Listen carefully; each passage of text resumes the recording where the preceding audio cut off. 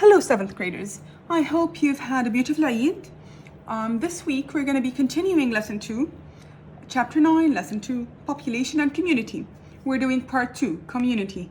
You're going to find it in our textbook, pages 220 to 221. The objectives we're doing throughout this week are comparing niche and habitat and identifying the 3 kinds of symbiotic relationships. Let's take a look at our key terms before we actually start. We're going to take niche, habitat, symbiotic relationship, mutualism, parasitism, and commensalism. Okay, so let's start. Let's recall a little bit. We already remember that a population makes up a community. So what is a community? A community is a group of populations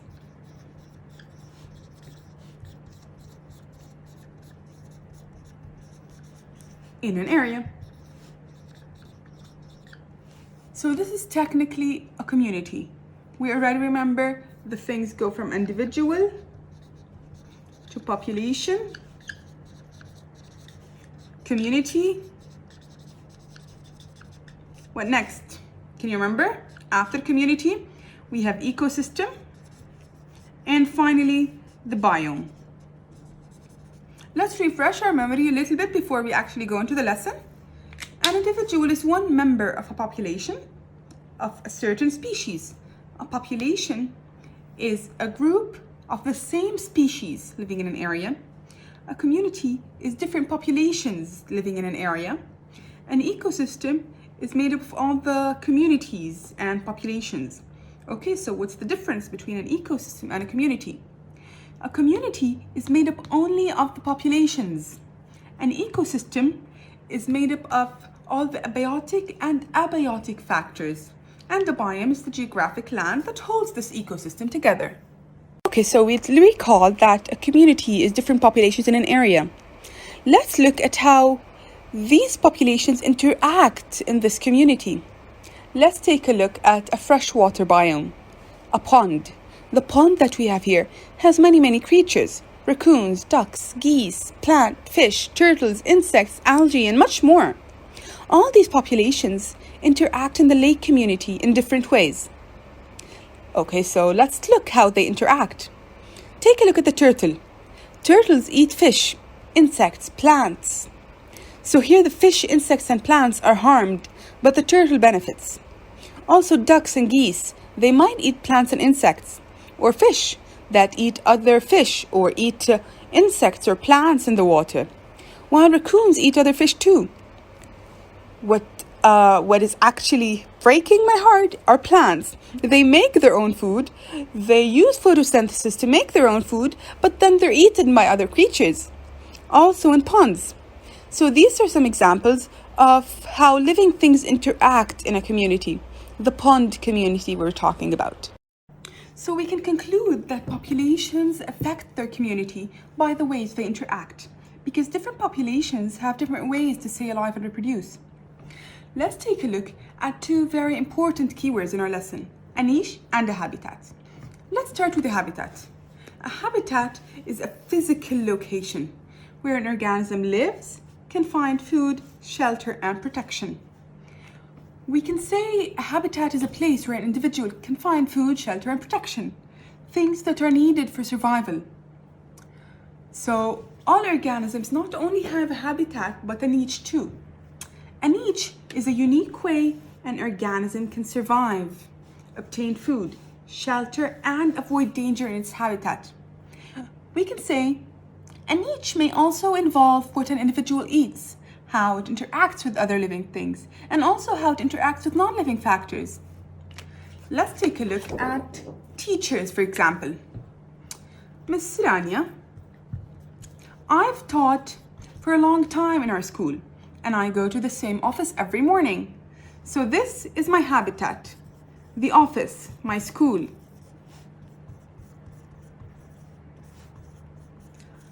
Okay, I teach biology in all grade 7s. So 7 biology is my niche because I teach biology for 7th graders. Miss Amarat, for example, teaches physics. and Miss Wesson teaches chemistry. So, Miss Wesson teaches chemistry and Miss Amarat teaches physics. I teach biology. Each of those are our niches.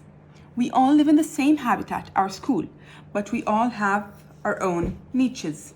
Okay? Okay, so let's take a real-world example. The Galapagos Island in South America. There are several types of finches. A finch is a type of bird that lives on that island. Their habitat for the finches would be the Galapagos Island, and different finches have different niches. How? They have different food, so they adapt differently. For example, the warbler finch has a thin beak for eating insects, whereas a ground finch has a short beak for eating seeds left on the ground. And a cactus finch also has a small beak because it eats cacti seeds. So each finch has their own niche that allows them to survive in the same habitat as other finches. Okay, so let's try and sum up this part by comparing a niche and a habitat. Well, the niche is technically a function, activity, or behavior, whereas the habitat is a physical place. It's an area. So this is the first difference. The second difference is a niche is the role of an organism within an ecosystem. It's what an organism does to keep it alive, to survive. Whereas a habitat is a place where an organism lives.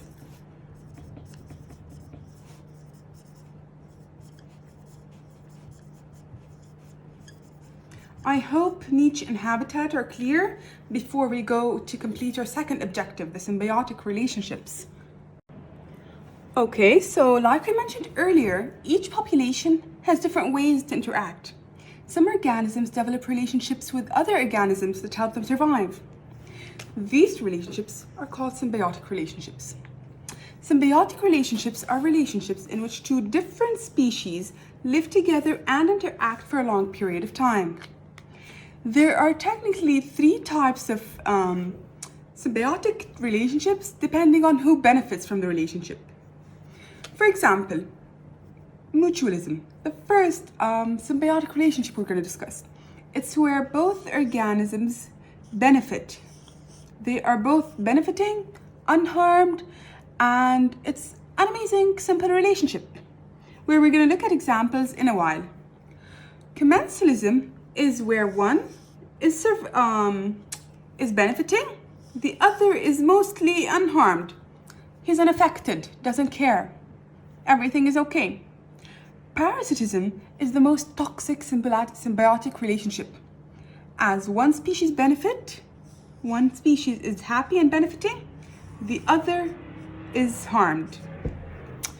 And actually, in some parasitic relationships, the harmed organism sometimes dies, which is why it's a bad relationship. Parasitism is a relationship where, just like we have predator and prey, we have parasite and host. The parasite is happy and the host is harmed. We're going to look at more examples for each relationship, and I hope this would make everything clear. Let's take a look at the clownfish and sea anemone. The sea anemone provides protection for the clownfish from predators, and the sea anemone benefits because the clownfish eats algae and cleans them up. So it's a mutualism relationship. They both benefit. Also, humans, animals, and plants. Humans breathe out carbon dioxide, which plants use for photosynthesis. And in return, plants give off oxygen, which humans and animals use for respiration. Also, the oxpecker and rhinoceros. Oxpeckers land on rhinos to eat the parasites on their skin. So oxpeckers get food and rhinos get clean. These are examples of mutualism, a relationship where both organisms benefit. So we agreed that commensalism is when one organism benefits and the other is mostly unaffected. It's not harmed, it doesn't benefit. So a cattle egret and a cow, for say. The cattle egret likes to follow cows because cows tear up insects from the grass, and the cattle egret eats the insects. So cows are unaffected and cattle egrets get food. Also, suckerfish and sharks, which is a very normal example, is very famous. Suckerfishes attached to sharks for transportation, protection, and some scraps of food. So the shark is mostly unaffected and the suckerfish gets food. Also, tree frogs and plants, which are technically in the rainforest biome. Tree frogs use large plants for shelter and protection from rain. So the plants are unaffected and the frogs get shelter and protection from rain. We agreed parasitism is the most harmful relationship because one benefits and the other is harmed. Most probably dies. So the parasitism is like a relationship we took when we were discussing population community. Just like the prey-predator relationship, in parasitism we have parasite and host relationship. Parasite, for example, is the mosquito and the host is the human. Mosquitoes feed on human blood, and mosquitoes carry many deadly harmful diseases like malaria and yellow fever. So mosquitoes get food and humans are harmed. So here the parasite harms the host. Also dogs and ticks. A tick lives on a dog's back and takes food by drinking the dog's blood. The tick spreads diseases to the dog like Lyme disease and a lot of other very bad diseases. So parasitism is where one is harmed and most probably dies.